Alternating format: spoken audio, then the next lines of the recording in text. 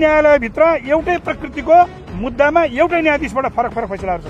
सुशीला श्रीमान, तपाईँ चाहिँ सर्वोच्च अदालतको न्यायाधीश, प्रधान न्यायाधीश भइसकेको मान्छे हुँदाखेरि हिजोको गठबन्धनको सरकारले गरेको अपराधिक निर्णयहरूलाई ससम्मान तपाईँहरूले अहिले फिर्ता गर्नुहोस्।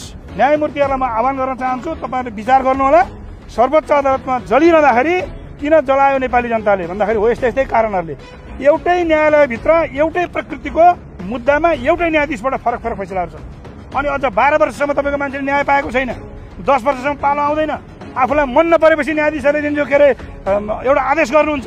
अनि एउटा मान्छेको एउटा मुद्दा चाहिँ आज गयो भने 10 वर्षमा फैसला नहुने, अनि कुनै कुनै मुद्दाहरू चाहिँ 3 महिनामा फैसला हुने, अनि फैसला भइसकेका मुद्दाहरू लागू गर्नलाई चाहिँ लागू गरिदिनु पर्यो भनेर चाहिँ सर्वोच्चमा जाँदाखेरि त्यसमा चाहिँ फेरि लागू नगर्ने, त्यस्तो पनि हुन्छ न्यायिक प्रक्रिया। हाम्रो प्रब्लम कहाँ भयो साथी हो भन्नुहुन्छ भने तपाईँलाई मलाई भन्न मन थिएन किन धेरै न्यायालयतिर टच गर्नु भनेर। मैले चाहिँ अहिले भएका न्यायाधीशहरूप्रति कुनै क्वेसन गरे होइन, उहाँहरूलाई म सम्मान गर्छु, न्यायालयलाई म सम्मान गर्छु। तर जब राजनीतिक दलहरूले आफ्ना झोले कार्यकर्ताहरू भर्ती गर्न थाल्नुभयो जिल्लादेखि सर्वोच्चसम्म, एमालेको झोले, काङ्ग्रेसको झोले, माओवादीको झोले गएर न्यायाधीश भएपछि के हुन्छ हालत? आज कन्ट्रीले दुःख पायो। कमसे कम राज्य सत्ताले दमन गरिरहँदाखेरि न्यायालयले त्यसलाई छुट दिनुपर्छ। जस्तो दुर्गाप्रसादको केस हामीले स्वागत गर्छौँ, सर्वोच्चले गरेको राम्रो निर्णय यसपालि होइन। थुन्न त उहाँहरूले थुन्नुभयो होइन, सरकारले थुन्यो, तर कमसेकम न्यायालयले न्याय दियो नि।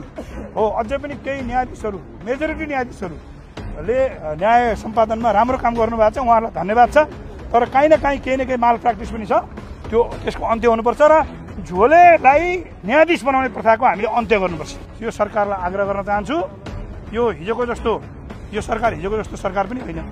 पिपुल्सको म्यान्डेट लिएर आएको, पब्लिकको मतलब सडकको सेन्टिमेन्टबाट आएको सरकार हुँदाखेरि सुशीला श्रीमान तपाईँ चाहिँ सर्वोच्च अदालतको न्यायाधीश, प्रधान न्यायाधीश भइसकेको मान्छे हुँदाखेरि अझ तपाईँको परिवारको हामीले हिस्ट्री हेऱ्यौँ भने त तपाईँको श्रीमान नेपाली काङ्ग्रेसको अथवा डेमोक्रेसीको निम्ति, लोकतन्त्रको निम्ति आफ्नो जीवन नै आहुति दिनको निम्ति तयार भएको एउटा योद्धा भएको हुँदाखेरि म यहाँलाई विनम्रतापूर्वक आग्रह गर्न चाहन्छु, हिजोको गठबन्धनको सरकारले गरेको अपराधिक निर्णयहरूलाई ससम्मान तपाईँहरूले अहिले फिर्ता गर्नुहोस्।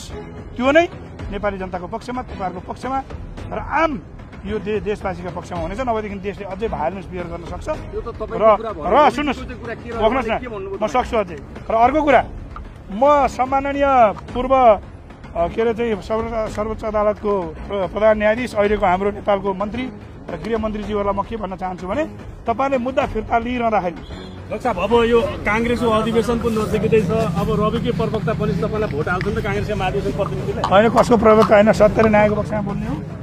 हिसाब यहाँ हुँदैन, हिसाब उपरमा हुन्छ होइन, हिसाब माथि गर्ने हो। भोलि पर्सि अब पैसा नि देख्ने पाइँदैन।